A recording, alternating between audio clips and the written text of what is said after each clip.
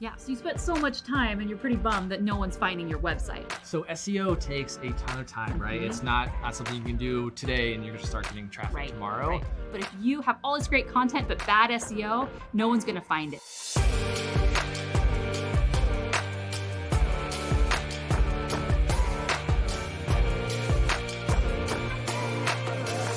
Welcome to the journey. I'm Neely. And I'm Morgan. And today we're talking about how to get traffic to your website.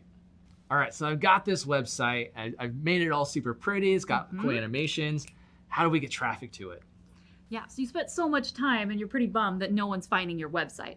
Well, the first thing you need to do is you need to put content on your website.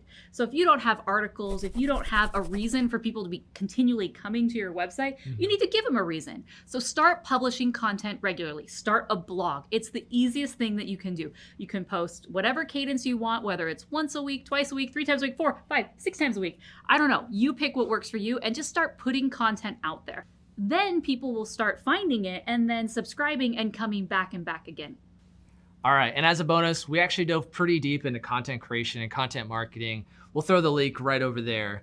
But talking about the cadence in the series, how do we really keep things organized and consistent? The easiest thing you can do is create a content calendar. It's a place where you can put all of your posts, all of your ideas in one place, and then you can see, okay, I need to write these 10 articles and they're gonna post on these days. Perfect. So we have the content created. Content is king. Now, should it just live on the website? What else should we do with that content to build traffic? So the easiest thing that you can do is once you already have tons of content is go publish it everywhere. Everywhere. Everywhere. So for example, if I have a blog post and I took great photographs and it's 5 tips on how to be awesome, I should show the world and other places on YouTube, Pinterest, Twitter, Instagram, hey, maybe I should share some of those 5 tips on those other places because I have followers.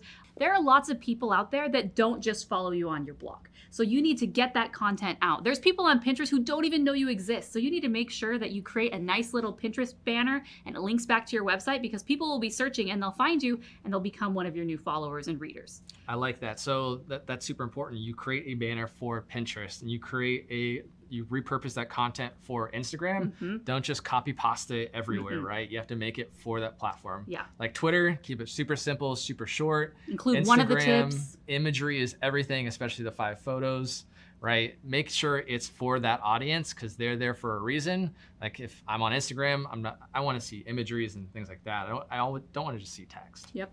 For YouTube, you basically have a script already written with that piece of content. So just get in front of a camera and share those 5 tips and publish to the YouTube world. There it is.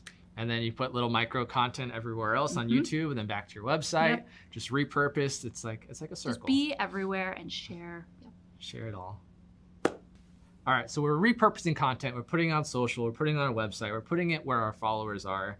But what we haven't brought up was email marketing. Now, a lot of people say email marketing is dead. Don't use it. It's in the past. Everything's social. What's the value behind email marketing? First and foremost, people who are saying email marketing is dead, no. Email marketing is still alive and well. The great thing about email marketing, it's really one of the only places where the algorithm, like all these algorithms out there that hide your content and make it so people who are supposedly following you can't find it, you own that list. And so when you send an email, they will see your email. So that's a great way to get your content in front of the eyeballs of people who've indicated, like literally they've signed up to follow updates from you.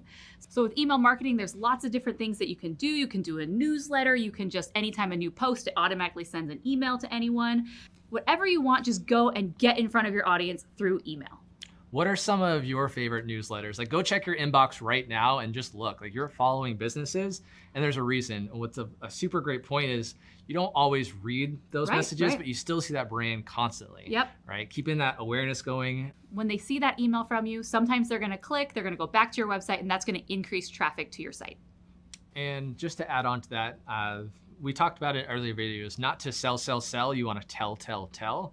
And when you're creating your email marketing newsletters, you want to add value, whether it's your blog post or content. Don't always be an offer to buy this because they're going to get just unsubscribed immediately. So what are some other options we can do to help build some traffic to our site? Yeah, so we've done a ton. We've built our own content. We've shared our content on all of our social channels and Right. all these different places. We've gone to our email list. Now it's time to go to other people's websites. Out into the wild. Yes, the wild, wild west of sites that you do not own yourself, so you don't control it, called guest posts. So basically, we know how hard creating content is. It's time consuming. You have to edit it, you have to draft, you have to come up with all these ideas, and you're an expert, and maybe you've already written about the things that you're an expert about so many times over, and your audience knows that, but maybe someone else's audience would benefit from learning from you. So guest blogging is going to someone else, maybe in your niche or a different niche, and saying, hey, I would love to write an article for your audience. Here's what I was thinking. And what that does is you create very useful content. And then the most important is that somewhere in your bio or in that article, you have a link back to your website so that these new readers can find you and then go to your website, visit, and follow you from there. Not only that, that also builds backlinks, right? Yep. So that helps your SEO and increases that traffic, which is what this video is about. That's perfect because that ties into SEO. Getting more traffic to your site means appearing on search engines. So if you aren't even appearing on the first page, you're basically dead. No one goes past the first search page of Google or any of the search engines.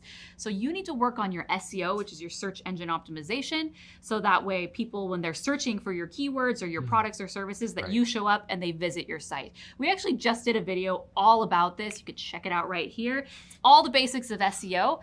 SEO is so big, make sure to check out that video. But if you have all this great content but bad SEO, no one's gonna find it. So you really gotta work on your SEO to increase your traffic. Right. And what really helped me understand backlinks, and something that I deal with a lot, is you can think of backlinks almost as like follows or likes on your post on Instagram or wherever else. The more likes you get, the more people are gonna see it. So those backlinks are just likes for your website. So SEO takes a ton of time, right? It's not something you can do today and you're gonna start getting traffic tomorrow. Right. What are some things that if we need that instant gratification, like I'm a millennial, I need to see it now. What are some things that I can do to get that instant traffic? Yep, like you said, SEO is building a relationship with Google, so it does take time. It's like we're dating Google. We have to take them on all these dates, month after month, week after week. And so it really does take 6 or 12 months to really have very, very strong SEO results if you're consistently putting in the efforts. But if you need traffic now, there are things that you can do right now to get Right now? to get the traffic that you need. It's called ads. So ads on search engines are an easy way to have your website pop up at the top of the search results. But the problem with it is that it's pay to play. So if I have a $1,000 ad budget, every time that someone clicks that ad, it gets subtracted from my budget. And eventually, whatever the rate is, when my budget's gone, my website, poof, it no longer appears on the search result. But ads do work. We love Google. That's why we use it every single day, multiple times per day.